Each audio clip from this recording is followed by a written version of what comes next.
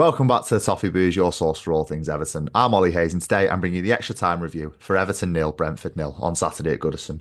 So yeah, let's get straight into it. A very dismal showing from Everton on Saturday at Goodison. I'm gonna try and be as balanced as possible in this extra time review, and we'll start with the starting 11 thoughts. And in that, I brought you the starting 11 show towards the back end of last week, and I wasn't too far wrong on my prediction, but it was kind of to be expected. I think McNeil played centrally, obviously, Iliman and Jai off the left-hand side. Not too sure what Oral Mangala did wrong in the West Ham game, which saw him lose his place in the starting 11. But, I think that there can't be too many complaints of the starting 11. It was more than enough to win the game, in my opinion. And, it meant that we could start positively and try and build on the performance at West Ham. I know it wasn't, very good at West Ham, but, at least we could try and build on it and try and build on a solid base. But that being said, we did start quite positive in the game. Our first half performance was quite decent in my opinion. I thought we were playing okay, limiting Brentford to as little chances as possible. I think they were quite happy to set up shop at Goodison and play long ball and counter-attacking football, which a Thomas Frank team, we know that was going to come. They do have the pace of the likes of Brian Mbeumo, Johan Visser, to hit you on the counter attack, and they did get in a few times down our flanks with that pace. But apart from that, in that first half, we created a few chances here and there. We didn't really test Flecken as much as I would have wanted us to. There was a few chances for Dwight McNeil on the edge of the box, which he dragged well wide, and a few other chances here and there, but nothing really to write home about. There wasn't really loads of chance creation in that first half, and as I said before, we did limit Brentford, so I think it was a pretty even first half in the context of the game. But the biggest talking points come from that first half was the red card for Christian Norgard, and pretty late on in that first half. I think it was near enough in first half stoppage time, and that arguably changed the game for the worse. I think it meant that what wasn't a pretty open game in that first half then changed to a pretty much a one-way traffic for Everton in the second half, but it meant that Brentford were just going to set up shop and try and protect what they had in a point and the nil-nil draw. But we went into that second half and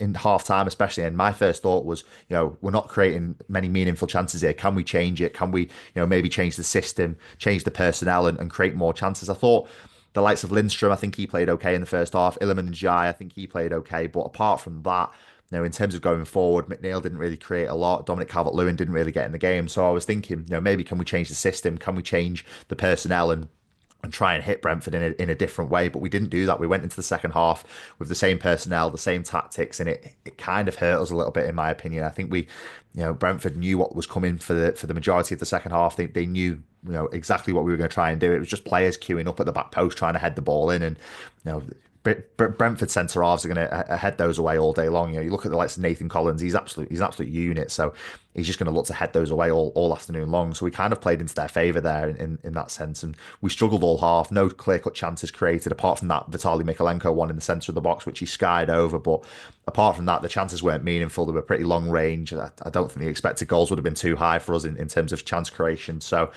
yeah, I think we just carried on struggling and eventually we drew the game 0-0, which was really disappointing to see. And that the boos were ringing round Goodison Park at the end of the game. And I think rightly so, unfortunately. And I try and be balanced and try and say, yeah, okay, yeah, I'll give the manager and the players the benefit of the doubt, but they were right to be booed on Saturday. I think that the performance was absolutely shocking from tactics to players as well. I think everyone has to take the slap there. And there's a few talking points that I want to look at. That my biggest one, and I'll try and be as balanced as possible. But why didn't we change the system until 72 minutes into the game? We brought better one for Jesper Lindstrom, but apart from that, we were playing the same tactics, the same chance creation all half long. When Brentford were down to 10 men, they had every single man camped into their box, and they were trying to hit us on the counter attack, which they were trying to do when they had 11 men. But even so, when they had 10 men, we were trying just the exact same things, and Brentford just had the ability to get rid of it. So why the hell we didn't change the system until 72 minutes, bringing Beto on? I don't think it's ample amount of time for Beto to change a game. I think if you're going to do that, you bring him on half time or on 50, 55 minutes. Don't leave it until the 75th minute to bring on a player that, it takes him a little bit of time to bed into a game. And if you are changing the system and going to up top with Dominic Calvert-Lewin and Beto, at least coach them so they know what they're doing. It seems like they don't really know how to feed off each other. So if you are going to use that tactic, maybe coach it in the week and say, this is a potential, should this happen in the game, this is a potential tactic to go to. But it just doesn't seem very pragmatic from Dyche at all. It seems like he just lumped them on up top together and just hope for the best. And there was no change of system. It was kind of same old, unfortunately. And I'm not really buying the argument as well that it's the players that can't score. The chance creation was abysmal. There was no clear cut chances created. The shots were from far out or tight angles, whatever you want to call it. The shots were not meaningful. They weren't, clear cut chances that, gilt edge chances that the players should be scoring. There's obviously the Mikolenko one, which you can maybe argue he should do better, but he is a left back. But apart from that, I can't think off the top of my head a chance where I go, you have to score that, you have to put that in the back of the net, and that for me comes from the tactics. You have to be able to create chances in different ways. It seems to me that they haven't been coached to attack. It seems to me that they're a team that likes to set up defensively and just try and score a scrappy goal on a counter attack or from a set piece. And in today's game, that doesn't work. I think Dyche was completely out tacticked by Thomas Frank on Saturday, and Thomas Frank and Brentford will be leaving Goodison Park the much happier team because they've managed to, take the best out of a bad situation. They went down to 10 men for pretty much, over half of the game, and they've come away from Goodison with a point, and I think they'll be very happy with that. Whereas us, we should have taken the game by the scruff of the neck, taken the game to Brentford, changed the tactics and been pragmatic, and Dyche didn't do that. Absolutely. He didn't do it at all. So I think, a big black mark against the manager there. I think that questions really do have to be asked off the back of that. And as I said before, I think the players and the manager were right to be booed at the end of the game.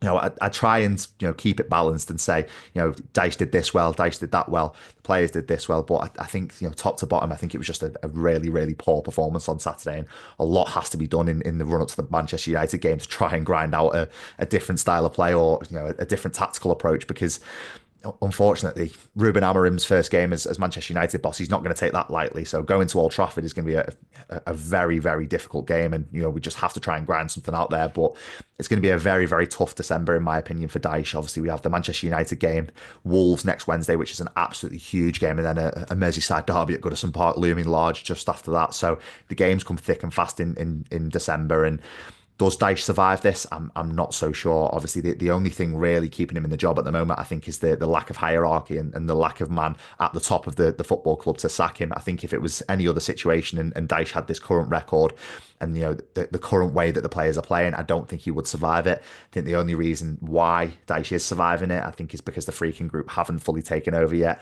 So I think it will be an interesting situation once they do take over. But if we're looking at December, does Dyche survive it? Let me know your thoughts in the comments. Does Dyche survive this? I'm not so sure he does. And I think, once again, the evidence of Saturday against Brentford is a big black mark against the manager. And I think questions really do have to be asked. But let me know your thoughts on the game on Saturday. Obviously, I've been pretty negative in this one. I try and keep it a little bit balanced and try and be positive where I can. But, I just don't think anything but a negative stance on this one is the correct. I think I was really disappointed coming out the game, and just thinking only negative thoughts about the manager and also some of the players on that pitch. But let me know your thoughts in the comments. If I've got anything wrong, let me know your thoughts. Obviously, it's good to have a debate on these situations, but let me know your thoughts. And obviously, ahead of Manchester United on Sunday, that's going to be a huge game. But make sure you like, comment, subscribe, and I'll speak to you soon.